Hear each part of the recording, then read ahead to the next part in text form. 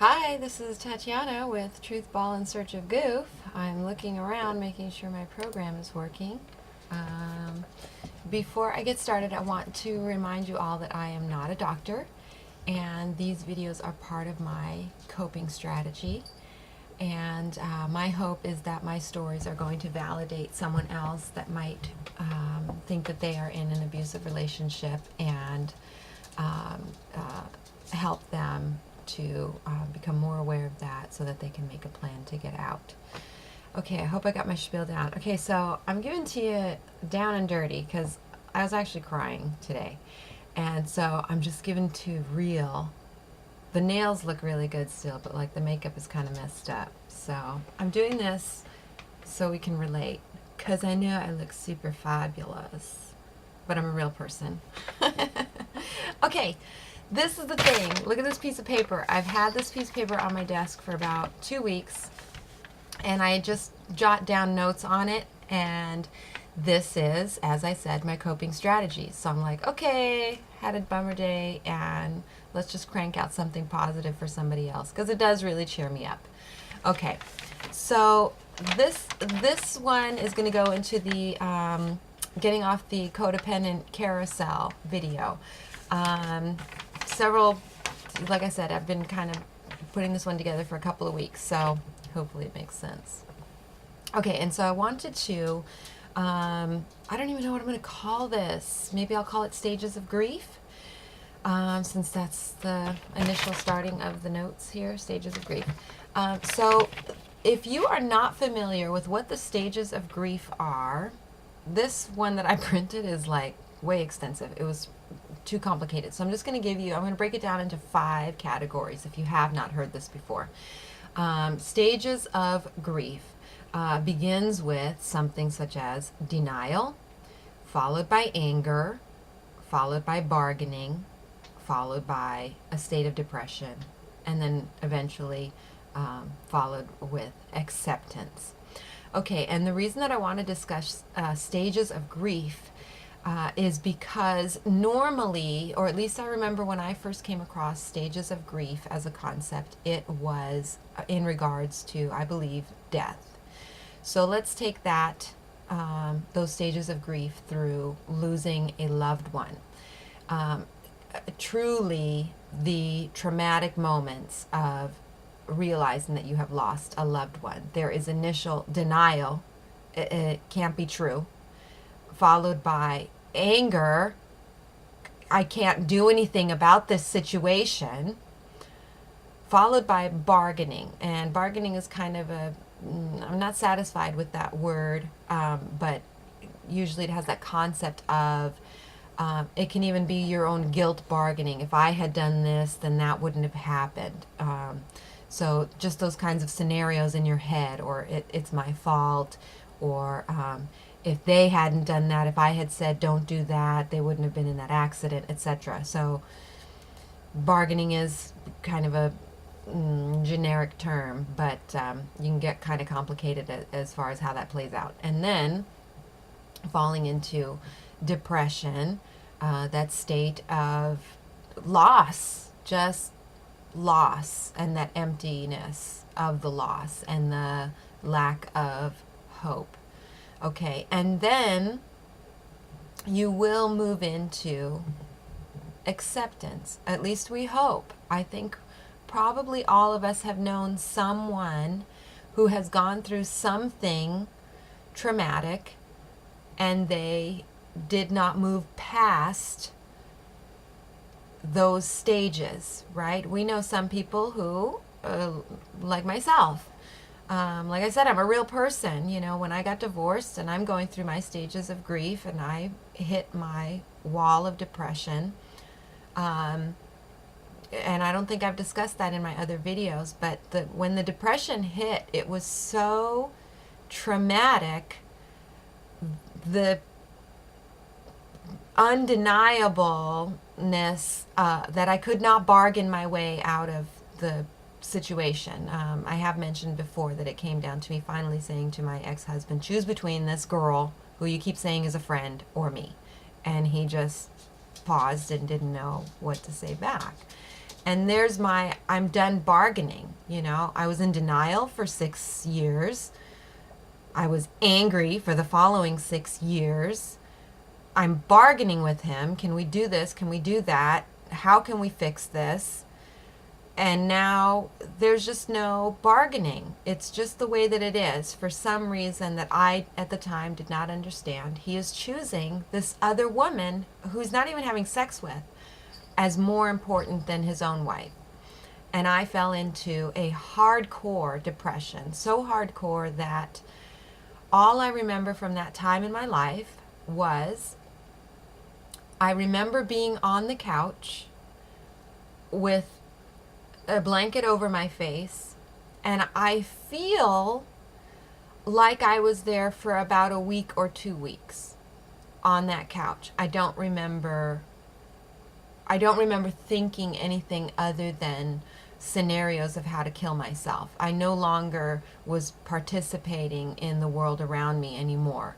And I remember, and so, you know, so in my mind, I feel like it was about 2 weeks, but let's say even, because I do remember a couple of times him coming home from work. So let's say it was even the minimum possible. Let's say that I felt into this heavy depression for 3 solid days. Let's say it's that little amount of time. I don't think it was, but nevertheless, I, for 72 hours, would think about cutting my throat, or should I stab myself in the chest, or should I take pills, which would be messier. And you know, this is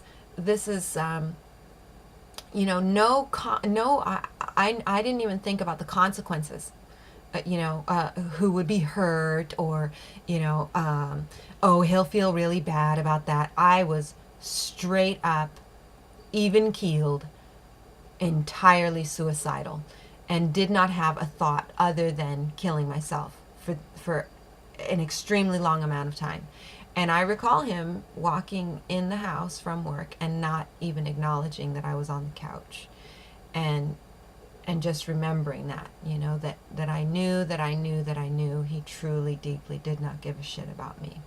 Okay, now many of us, and this is why this is going in the Codependent Carousel, getting off the Codependent Carousel playlist, is I want to encourage you to pass through each stage of grief, okay? Because you will get to the state of acceptance. And if you have watched some of my other videos, you know, I do discuss, you know, at some certain point I broke. Somehow I got into my car and I drove to my first husband's house, who is a great friend of mine. And he literally just kind of caretook me for several weeks while I got on to antidepressants and then started to go to therapy, etc. And I was there for a few months getting weekly counseling, etc. Just that's all I did. I don't know, for 3 or 4 months. That's really all I did, was go to therapy and create a routine. Okay, and that was in order to recover and to get through my stages of grief. So I feel a little bit like I'm blasting through this, but I wanted to get right out in the beginning of the video, repeated to you what the stages of grief are, because in my personal opinion, remember I'm not a doctor, but in my personal opinion, my own experiences regarding codependency is the codependent stage to me is being stuck somewhere in that unhealthy process, right? I was in a codependent relationship when I was in denial. I was in a codependent relationship while I was angry. And I was in a codependent relationship while I was continuing to bargain with my ex-husband. And in the depression is when I could start breaking out of that codependence. I was aware that I did not have anything connecting me to that codependent relationship anymore, and many other things that had been dysfunctional in my life, which led to a great source of emptiness. While I was in those codependent stages, those things, while I was in denial, etc., those things did give me a reason to live. You know, even if I'm arguing with my ex-husband, even though I'm arguing with him, arguing means I still think that there's something worth saving. Okay, once I've stopped arguing, there is nothing worth saving. And there is a deep sense of loss. And while you're feeling that sense of loss, honeys, it's perfectly understandable to say, I really can't imagine Prince Charming. I can't really imagine my love of my life, beautiful woman, and seeing her in a crowd and it changing my life right now. I just feel a sense of loss. Okay? And that is a stage of grief. That is the best thing that I can remind you of, because I do know what depression feels like. I truly, truly know what it feels like to not be able to get out of bed. To not even be able. I know someone comes to you and they're like, just snap out of it, do this, do that. And you're like, you have no idea what's happening in my head.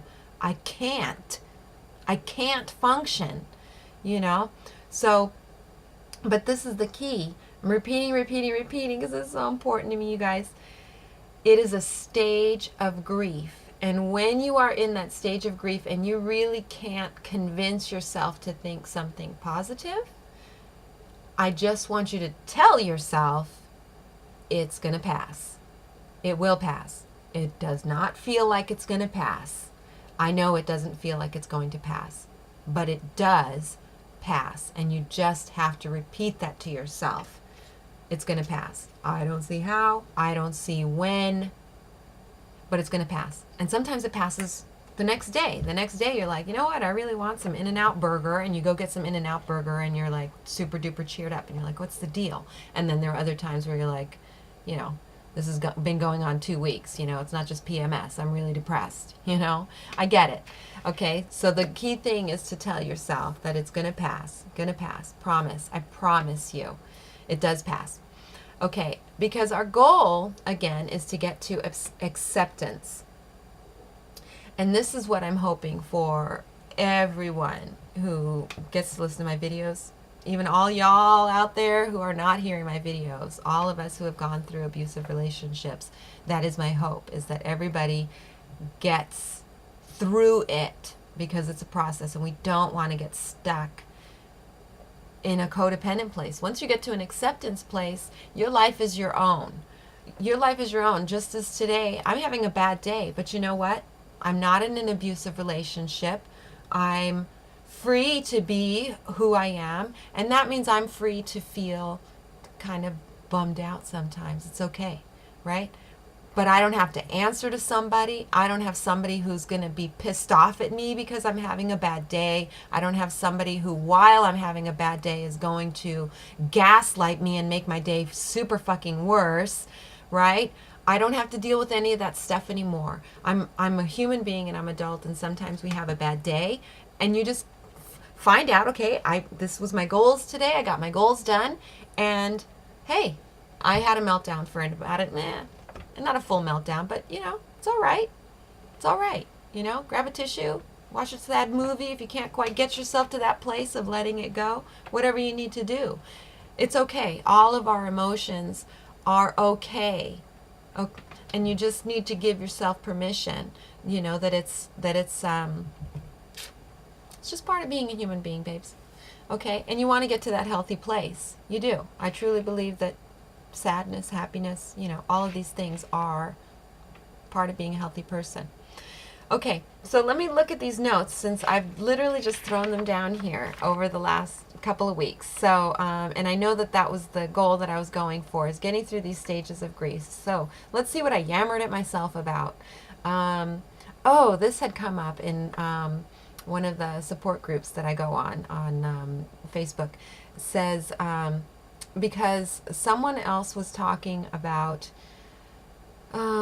they were talking about, you know, being afraid, you know, that we're the narcs, and I actually originally did another video about this, and talking about, you know, what is an acceptable action instead of reacting to to whatever the narcissist has done to you. And that comes back to those stages of grief where you're bargaining, okay? That moment when you're saying, oh, am I the narc? Did I do this? Did I make them do this? If I hadn't behaved that certain way, they wouldn't have treated me that way. That's bargaining, okay? That's the third stage of grief. Okay, and then someone else had been talking about getting back in the dating pool, right? When do we know? Good Lordy, I could probably make a whole video about that too. But just for now, and in fact, I'm sure you could too. Those of you who are getting ready to get out there and start dating again, and you're like, how do I test run if I'm ready? A lot of us want to try dating online. Just I want to see if my narc radar is up, so I can get rid of, this guy, or or the guys are like, are all women like this? I'm paranoid, blah blah blah. Okay, so that is actually a healthy stage. That is when you're moving towards acceptance, right? I want to move towards acceptance. Am I healthy? Is everything okay? And you're like, I just want to dip my toe somehow in the dating pool and see if I've got my boundaries up, if my boundaries are up. And I think I have one video, the 11 p.m. text, over there in the Goof Chronicles playlist, where it was my first, in a long time, my first, like, I gave out my phone number, and now I'm like panicked. Okay.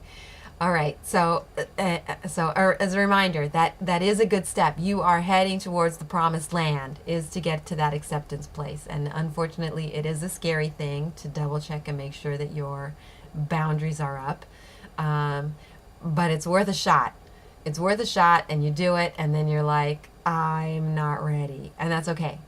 And then, or, you're like, person is great, and they're giving me enough space so I can adjust and, get used to this, relationship concept, and they're not, they're not invading, and they're not overbearing, and maybe this will work. If I take my time, I think it'll work, Okay, it's worth the shot. You got to go for it. You got to at least go for it. And then if you're not ready, give yourself permission, as a healthy person would, to say, you know what, I think, let me take one more month. Let me take another month, take care of myself, try again next month. Okay, that person kind of scared me. That was a little intimidating.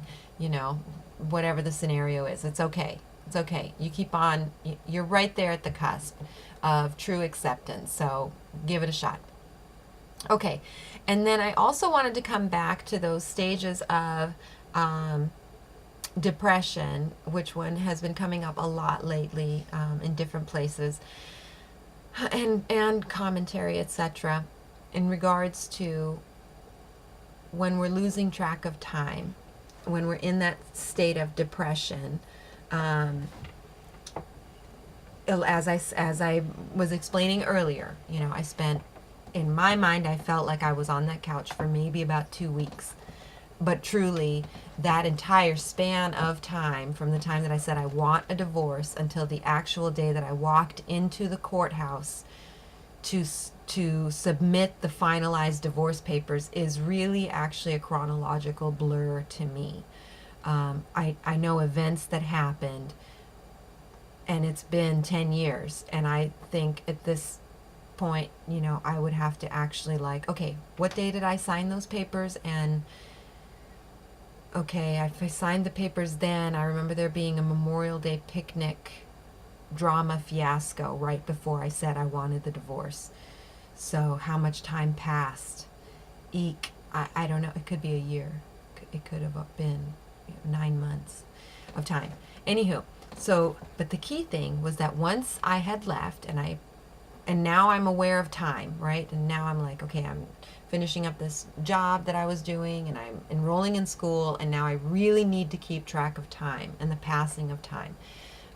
Because when you're in that state of depression, you are kind of rolling, and then as it becomes just a muddled mess of emotions, you're like, well, what happened to the summer? And not being aware of that passing of time I believe, kind of contributes to your depression. To your depression, to my depression, at the time. That that sense of, I don't know how much time has passed in this pain, and therefore it feels like the pain is just going to go on forever. Okay?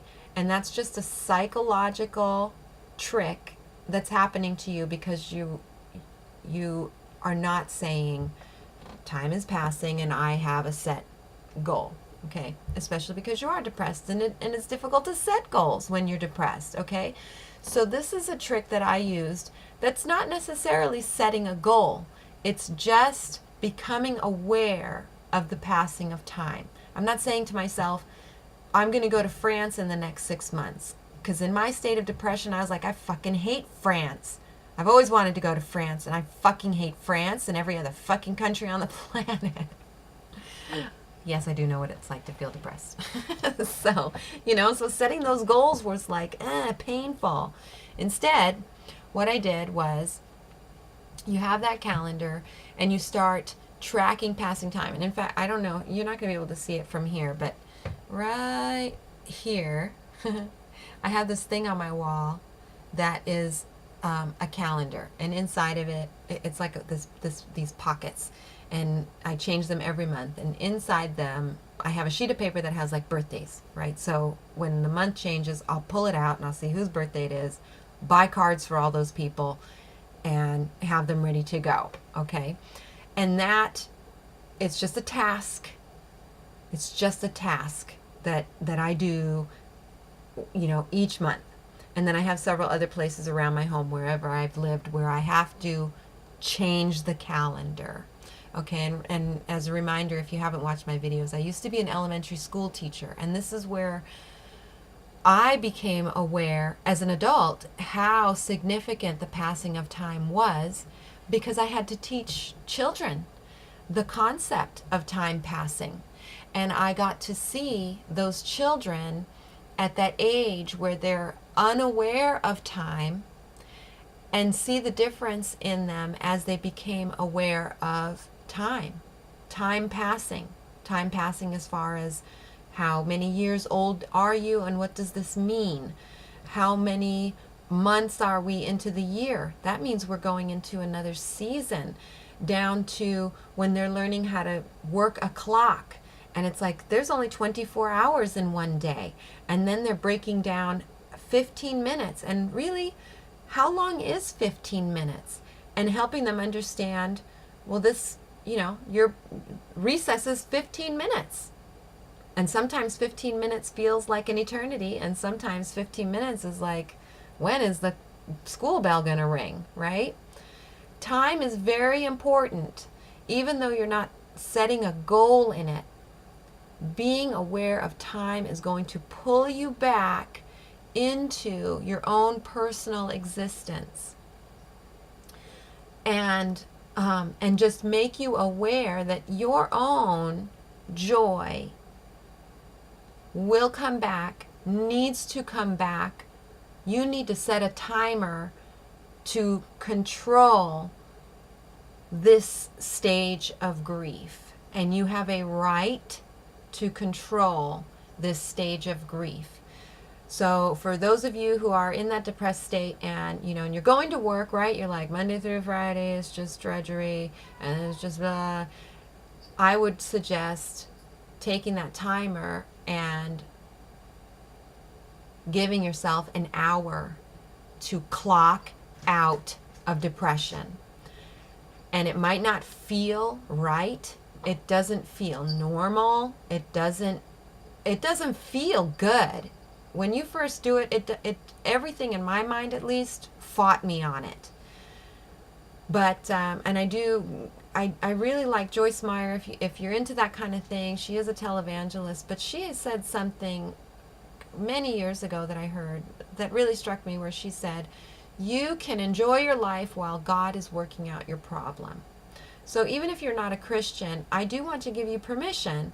You can enjoy your life while your mind is trying to make its way through the stages of grief.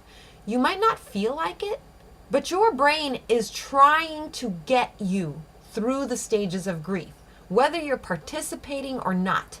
I went through denial without giving my brain permission. I went through anger without giving my brain permission. I went through bargaining without ever consciously giving my brain permission. So why am I going to deny that my brain is trying to get me through depression and onto acceptance, right? That's not fair. My brain has been doing it all on its own. So give yourself permission to say, my brain is going to take care of this. I'm clocking out of depression.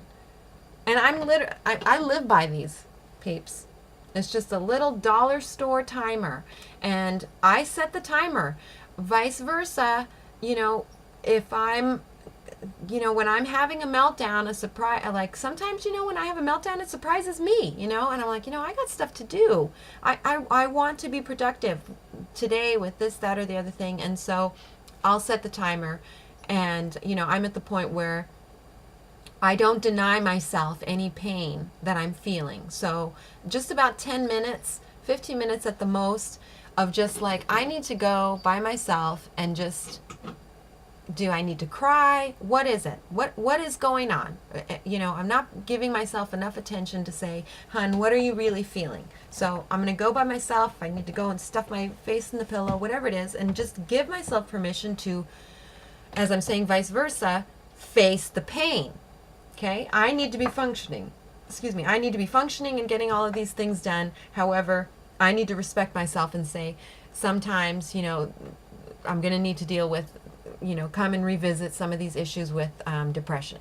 Okay, get it done. Okay, and I can also say from experience that when you do that, when you give yourself the time to go through and face whatever pain you're dealing with, your life will be easier, right? I mean, how many of us, we know, once girls, I feel like, a lot of us girls, we get it, right? Like, oh, as soon as I cry, I'm like, okay, put on my lipstick and my mascara and I'm all ready to go, I don't know about guys. I do have some really good guy friends, and, I've seen guys over certain things, tear up, and that's good enough. It's like, I got in touch with that emotion. I understand my emotion. I felt it, and I'm ready to move on. It's perfectly fine if guys don't, have to cry for an hour.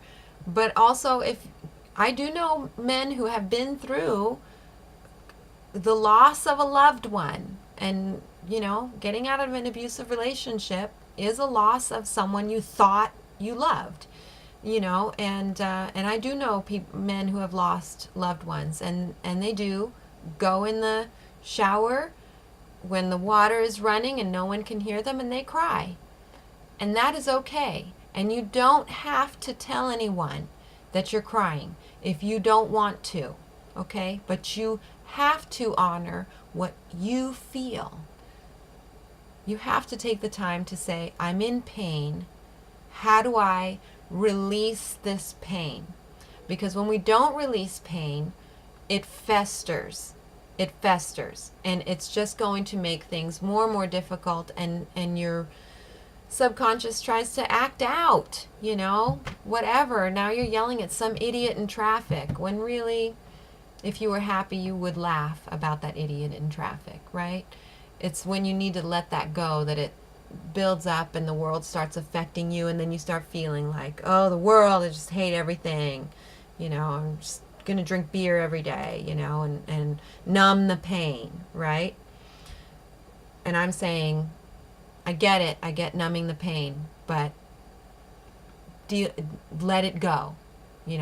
Take time to release whatever that is that you're feeling, and give yourself permission. Find a private place. Find, where you can scream into a pillow, or like I'm saying, privately cry if you need to, or publicly cry. I'm an introvert. Many people who are extroverts need to cry with other people. So join a support group.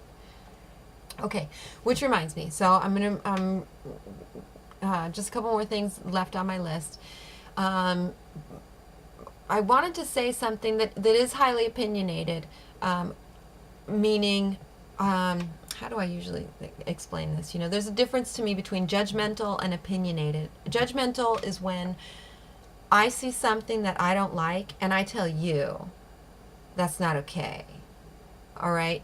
And opinionated is, for me, that's not okay for me.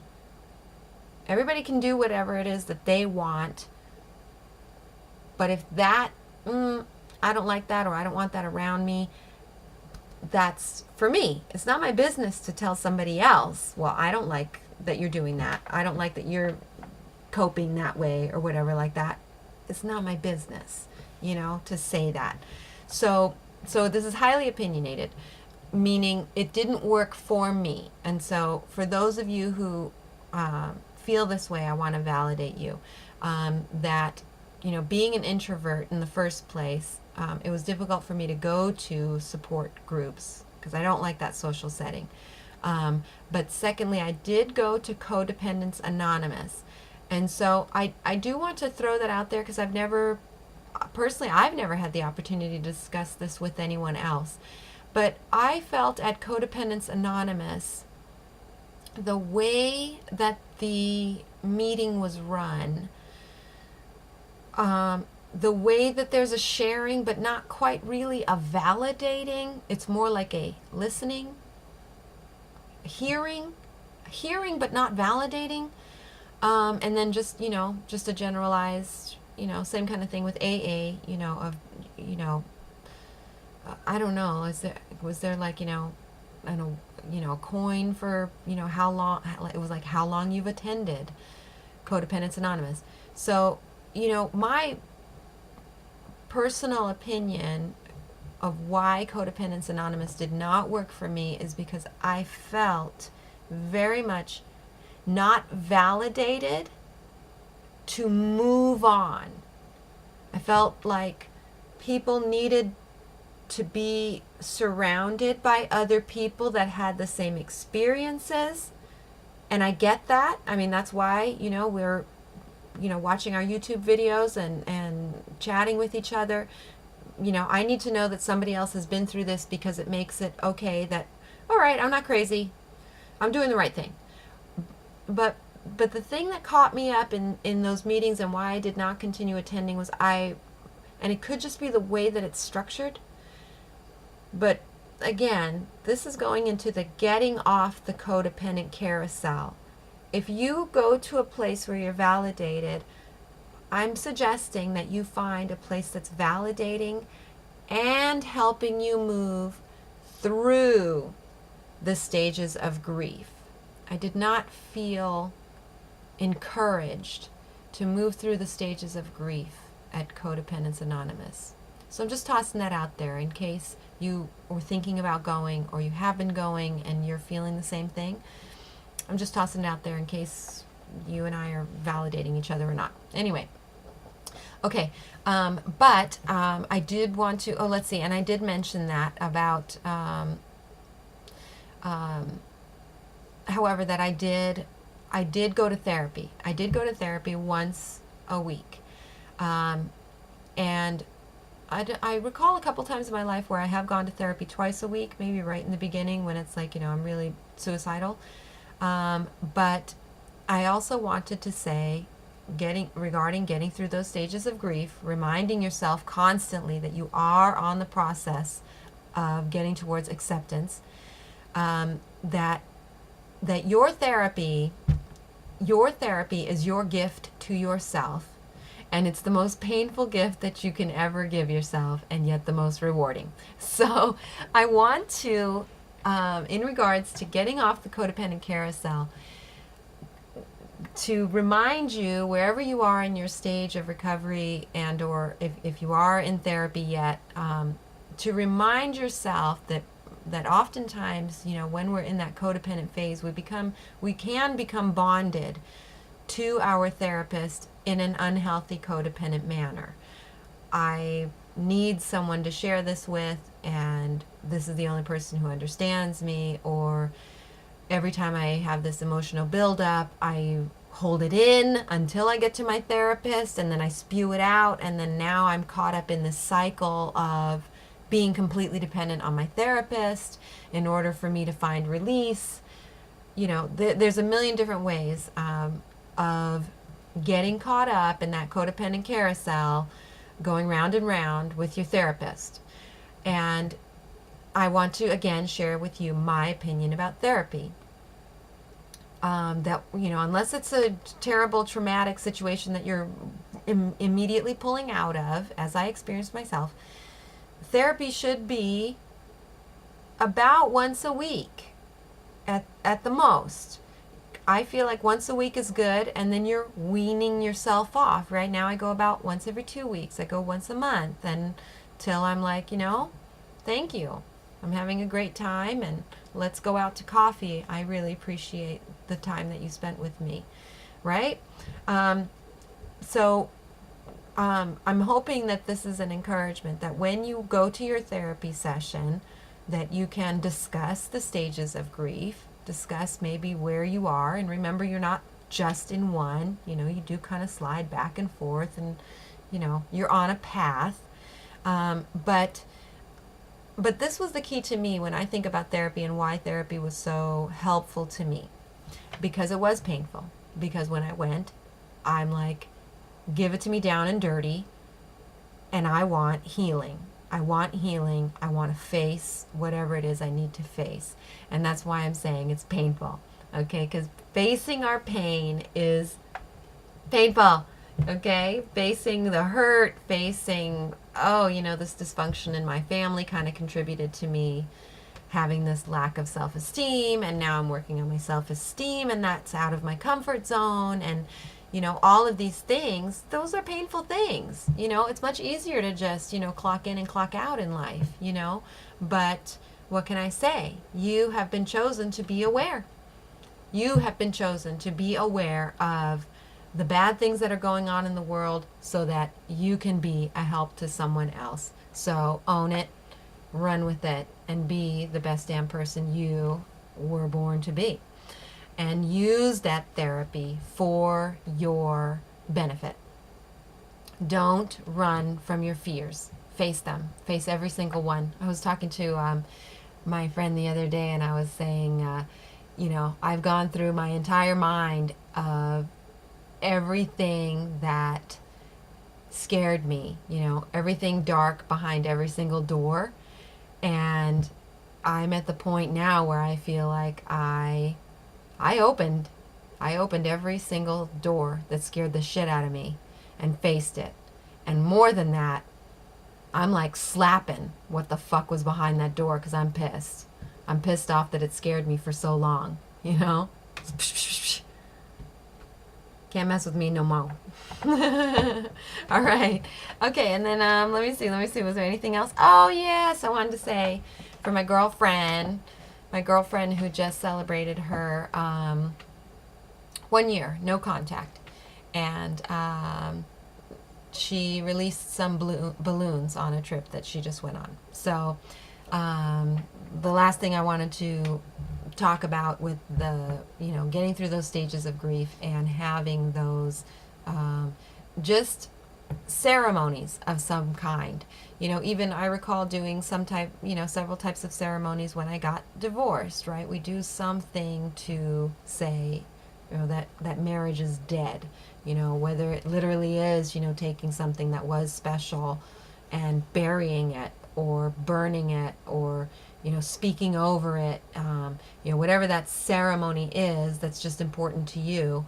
In this case, my girlfriend, her hardest goal is to have no contact. He has hoovered her in many different ways. He has sent flying monkeys. There have been smear campaigns, and it's a year, babes. Yeah, sometimes getting out of an abusive relationship is difficult. You're at no contact, and then still that ex-girlfriend or ex-wife or baby mama is like they're still messing with you, and it's difficult to just heal, when you've still got that influx coming, So I wanted to say, it does help, to have your own ceremonies. Just like I said, I've been 10 years fighting about something with not fighting, but praying for, some things to get resolved with my second husband. And they just got resolved finally. after 10 years, you know, and it's like, I just can't even believe it, you know, but, you know, you have to celebrate some way, whatever it is just special for me. And I did a video for you guys, over there in the, did I put it in the Goof Chronicles? It's the one with the crown at the end. Anyway, you know, so it was like my way of celebrating, you know, and celebrating, you know, you. Anything that helps you say, I have reached, it might not feel like it might not feel, you know, because you're dealing with drama, but so it might not feel like that goal has been reached, but you have reached a milestone, right? When you're running that race and you're like, okay, there's the sign, okay. So I want to encourage you to do that. I thought it was a great idea, you know, the releasing of the balloons, and, you know, she put some special words on the balloons, etc. Whatever works for you. But I do want to say, you know, you are on your own timeline of how long it takes you to get through each stage of grief. You know, like I said, with my ex-husband, we were together for about 12 years. 6 years of denial, 6 years of anger, you know, a couple months of bargaining, 2 years of, you know, well, 4 months of depression, followed by, you know, another year and a half of therapy. You know, it's your own timeline, you know. Maybe some of you are much more badass than I am, and you're like, whoopsie, made a mistake, and 3 months later you're like, and, you know, just riding your own horse off into the sunset, you know. I don't know. But, you know, I would encourage you, as I was explaining earlier about time and tracking time, is if that's something that you're going to do, you know, if no contact is a difficult one for you, to, you know, go ahead and set those goals for yourself, but also set a goal for yourself about when you're going to stop celebrating your anniversary. So, for example, if you're like, man, I remember, you know, when you're like 2 hours, you know, just 2 hours not respond to this guy's text messages, you know, or, you know, guys, you know, you're like 2 weeks, you know, can this girl just leave me alone? In 2 weeks, will she just finally leave me the F alone? You know, and then as you go through time, it's like, okay, I've gone 1 month, no contact, another month, no contact, you know, and then when you reach that year-long no contact, start reevaluating, you know, is this an anniversary that I care about? Because certainly your next partner is not going to be celebrating your no contact anniversary. So set your goal for when you're done with your anniversaries and you're moving into acceptance. You know, I hope that made sense, right? Yeah, I'm like, hey, I've been 2 years, you know, like, because I was thinking, you know, that one boyfriend that I had 16 years, he stalked me every other year, you know, so I'm not going to celebrate no contact with that guy year after year after year. When I'm dating somebody, if the email comes in and I melt down, I'm like, you know, all right, I got to tell this guy, you know, I have a stalker. This is what he does. I ignore it. And I don't want to talk about it anymore because I have no contact and haven't had no contact with the guy forever. So I really don't want to bring that into, you know, a new relationship. I hope that makes sense. Anywho, without demeaning what I'm saying that my girlfriend did. My girlfriend did have a difficult time going no contact because there was so much drama. And so I thought it was a really great idea. You know, she did a little video clip of, you know, just a little ceremony, something, you know, hey, reward yourself. You're working hard. Okay, I think that's everything. Regarding meltdowns, I also wanted to toss in here, because it comes up in my mind many times.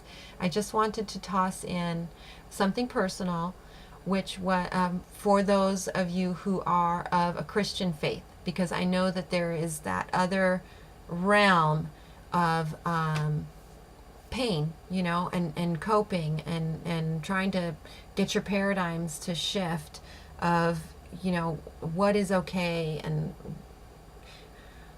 we just know there's another whole nother complicated level. And I just wanted to say, to encourage you personally, that yes, I have been at that stage where it was difficult for me to pray. Very, very, very difficult for me to pray because of my personal, it is like having, a best friend that I'm like, I'm afraid that I hurt your feelings. I'm afraid you don't like me. And yet I still need you as my best friend. And I really don't know how to talk to you about this because in other ways I'm also angry at you. I'm angry at you. You're my best friend and you've said that you would do this and that and the other thing for me and you haven't done it.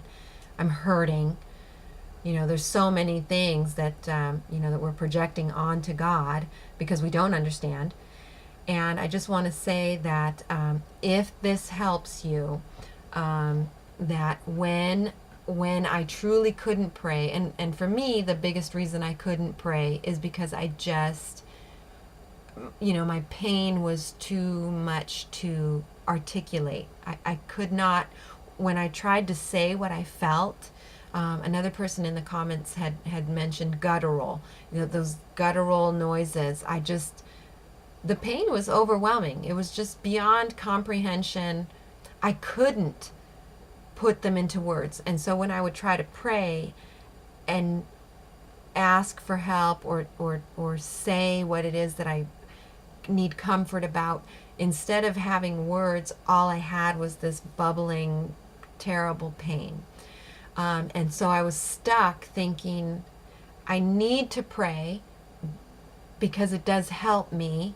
I know it helps me in the long run, but I can't, like I have a broken voice, a broken heart. It's not working. But I need to hold on to this lifeline of health. So this is actually when I ended up studying sign language because I could not speak what was in my heart. And so I do want to encourage you, whatever works for you, even if it is just the guttural sounds, for those of you who are Christian and struggling with that particular issue, that to let you know that God does hear you. He hears even if you can't put it into words, right? Didn't he form you in your mother's womb?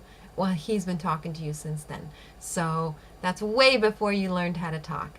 He can hear what you need to say. And if you were interested in studying a little bit of sign language, I just wanted to show you just a couple of things, which is this is another sign for Jesus, which is like kind of like the beginning and the end. Okay, here's another one. When you come up here, it's like a banner. This is Lord. Okay, those are things that you can say, Lord or Jesus, and you can say just simply, I love you. Okay, the one that I prayed for many months, the only thing that I could do, and I repeated it over and over, and that was okay, and I felt like I know that God loved me, was help me. Okay, so I'm going to show you help. Help is your palm out, and you got a fist on here with your thumb up, and it's like this, help. Help me. Okay, so just thank you if you aren't Christian. Thank you for being patient through that portion, but I do get some messages, etc., from those of us who are struggling with that particular spiritual paradigm and struggle. So I hope that helps you, and thank you. I kind of rambled all of that stuff out, but again, I'll close it up with exactly what I've been thinking of the last couple of weeks for you and for me about getting off the codependent carousel, is to allow yourself to go through all the stages of grief again, which are denial, anger, bargaining, depression, and then into acceptance. And I'm going to remind you again that your brain has been going through them on its own without your permission. So give yourself permission to enjoy your life as often as you can while your brain is getting you through leaving an abusive relationship. All right, my loves, thank you so much for watching. Thank you for subscribing. And thank you for those of you who are sharing my videos I just wanted to say thank you, thank you, thank you. I have forgotten to say thank you. So thank you for sharing the videos in your support groups. I can't see where they're getting shared. I can just see that they are shared. So whatever it is, I just really appreciate it, and I appreciate all of the other subscribers who have come because of you and the validation that it's been giving me as well. Okay? All right, and just as a reminder, if you feel like you want to discuss these stages of grief with someone, you can always call the National Domestic Violence Hotline, which is 1-800-799-SAFE, 1-800-799-SAFE, 1-800-799-7233. Okay, much love. On to your road to acceptance.